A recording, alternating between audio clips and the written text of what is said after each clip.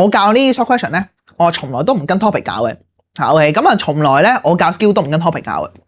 咁點解咧？嗱，你唔好望住呢條題目，你以為佢淨係用呢個 topic 啱用啦，其實就唔係嘅。我 set 俾大家做嘅題目咧，即係後邊你見到啦，我 set 咗好唔係好多嘅啫，8至9條咁樣啦。基本上呢8至9條咧係最乸經典嘅。係啊，咁係咩意思咧？即係你唔使你 topic， 因為點解？因為你係舉一反三嘅可以 ，OK， 係啦。咁所以我就會嗱，所以具體大家要上堂就知啦，你就會知道我點樣教大家舉一反三 ，OK。咁所以其實佢係唔使你 topic 嘅，你要明啲乜嘢咧？教呢啲短題目啊、長題目又好啦，或者 DBQ 又好啦，你係要明咧佢入邊咧核心咧嗰個玩法係點樣 ，OK， 而唔係你背鬼咗我條題目，係啊，然後就話啊呢個 topic 啱我未教到呢個 topic 喎，咁樣呢啲係最低級嘅。係嗱，因為你換咗另一個樣咧，佢會出另一個 topic 咧，絕對冇問題嘅。咁但係其實佢入邊內裏都係咁樣做嘅 ，OK。咁呢個最高級嘅就係你舉一反三 ，OK。咁所以基本上咧，我 set 俾大家有題目咧，就係做一條咧，就等同於你喺學校做10條嘅 ，OK。聽實我講咯，通常咧，我教呢一 part 咧，可以話係咧。成個鐘頭，我哋今堂成個鐘頭咧都係高潮位嚟嘅 ，OK 嚇，咁所以基本上大家就打一聲呢個12分精神啊，咩 video 嗰啲特別係 OK 啊，打一聲12分精神，因為點解？因為你 miss 咗任何一個重點咧，係啊，你都會悔恨終身啊 ，OK 係咪？嗱咁啊就我之前同大家講過啦，點解今期一定要報咧？或者咁樣講，點解第8、第9期一定要報咧？因為你唔報你係蝕底嘅。我同大家講咧，齋呢一個技巧咧已經值翻晒大家呢個成期嘅時間加學費 ，OK。咁啊叫做短題目滿分技巧。咁我之前有冇講過咧？之前有應該冇嘅，應該理論上冇講過嘅，係應該冇講過呢個技巧，係啦。咁所以基本上咧，其實短題目咧就好乸緊要啊 ，OK 係啦。咁當然你會講就係話呢一個係咪教晒咧？咁係未嘅，大家當係1咯，係1咯係。咁啊2喺邊度？2喺下一期係 regular 9下一期講係。咁首先同大家科普少少常識先。咁其實你考試卷入邊咧，你會見到啲乜嘢咧？咁大家知邊度啊？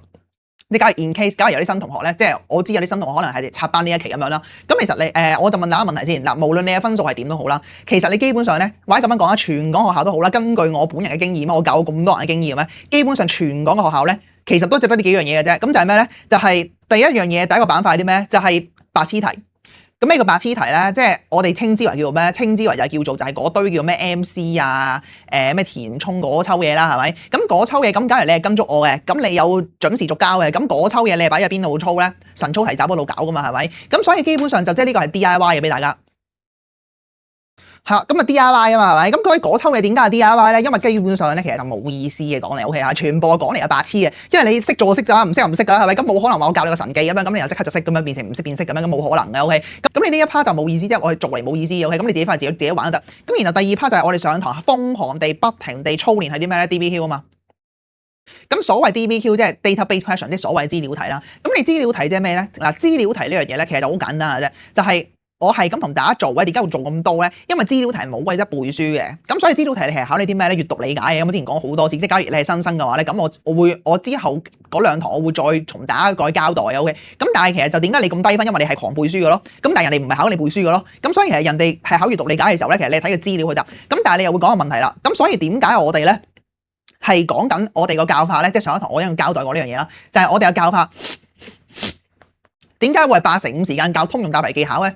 咁就係因為咁你，我就好講啦，你會唔會換咗個 topic 咧？我教你嗰個 skill， 即係教你嗰個題型係唔啱用咧？咁係唔會噶嘛，係咪？即係基本上你任何 topic 都係咁樣用嘅啫嘛，都係睇個資料然後答我看法呢個字點樣答，係咪？我點樣拆條題型，點樣拆個 marking scheme 去答？咁所以其實你唔使你 topic 噶嘛，係咪？即係 DBQ 其實反而係最唔使你 topic 嘅喎。其實你真係唔使你 topic 嘅喎 ，OK， 咁所以其實基本上我哋所謂答題技巧，答題技巧就喺呢度啦，係咪？咁所以呢一個就係基本上同大家交代過啊，閱讀理解。咁我哋每一期都會操唔同嘅題型、唔同嘅一個叫資料、唔同嘅一個內容、唔同嘅題目咁樣。咁呢個大家跟足我就得㗎啦。咁我會同大家操啊，基本上叫殘廢餐咁樣㗎啦 ，OK。咁但係我哋今期咧有啲特別嘅，咁我哋會加咗一個新嘅板塊啦，咁啊叫短題目。咁所謂短題目即係咩咧？所謂短題目咧，即係 SQ 咧，其實就有2個嘅考問嘅方法。第一個方法就係咩？第一個方法其實就係咧，佢單獨問一 part 嘅，即係你學校咧就會單獨出一 part 就專門問你 short question 咁樣嘅。咁但係呢一個咧，嗱即係呢個就冇任何嘅懸念啦，係咪？即係你知佢係點樣玩啦，就知道佢係問緊你呢個叫 short question 啦。咁但係有啲 short question 咧，其實就好陰濕啦。點解叫陰濕咧？就係因為其實佢係會混合埋 DBQ 去出嘅。好啦，咁好似有啲疑惑啦，係咪咩意思咧？係咪？咁就咧，即係同大家講啦。例如你 DBQ 你通常唔會係3題啦，即係大家唔會係去到咁 DSE 啊，係咪？咁啊 DSE 就係3題啊，係咪？咁但係其實就你一題入邊即係例如 DBQ 1係嘛？咁佢可能有 ABCDEFG 咁樣嘅，係咪先？即係細分題啊，講緊即係你有細分嘅題目咁樣噶嘛。咁第 DBQ 1咁啊 ABCDEFG。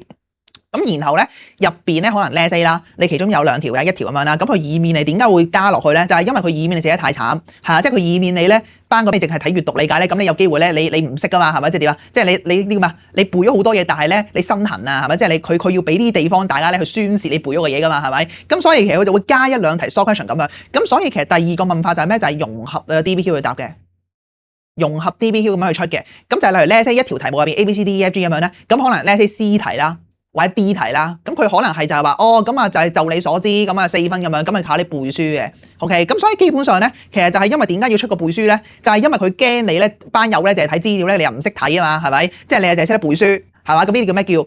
即係盲實啊，係嘛？咁啊，就識得背書嘅，咁你唔識睇嘅，你完全係盲鬼咗嘅，咁所以佢就加落去，其實就係俾你去執翻啲分，令到你嘅分數唔好太慘烈嘅。其實講緊呢樣嘢 ，OK。咁所以呢樣嘢咧，嗱，其實反而我唔打講啊，反而呢一個機會咧係會高啲嘅，融合 DBQ 嘅出發係會機會率高啲嘅。好啦，咁其實好多人嘅問題係咩咧？好多人嘅問題咧，其實就係你 short question 咧，咁話明叫短題目啊嘛。係嘛？咁你寫好多嘢落去咧，你會發現你攞翻嚟嘅分數咧就唔高嘅。咩叫唔高咧？即係例如咧，即係6分啦，你得1-2分咁樣，咪唔高咯，係咪？咪低分咯，係咪？咁所以基本上就係話，其實好多人嘅問題，可能你補我之前或者就 whatever 啦，係咪？咁總之就係你可能你上呢一堂之前，你就有一個問題就係咩咧？就係你寫咗好多嘢落去，或者就係你見到6分嘅題目，你唔知要寫啲咩落去，係兩個極端嘅啫。一係你係寫好多嘢落去，背晒成本教科書或者我筆記落去，但係你攞翻嚟分數都唔高，係或者就係你總係好低分嘅。咁點解會咁樣咧？就係因為其實唔係考緊你背書嘅，而係或者咁樣講啊，其實都係考緊你背書，但係其實你係唔中到佢 marking 先個 point 啊，咁所以咧其實佢就俾唔到分你，咁話明叫短題目，咁你梗係中 point 㗎啦，係咪？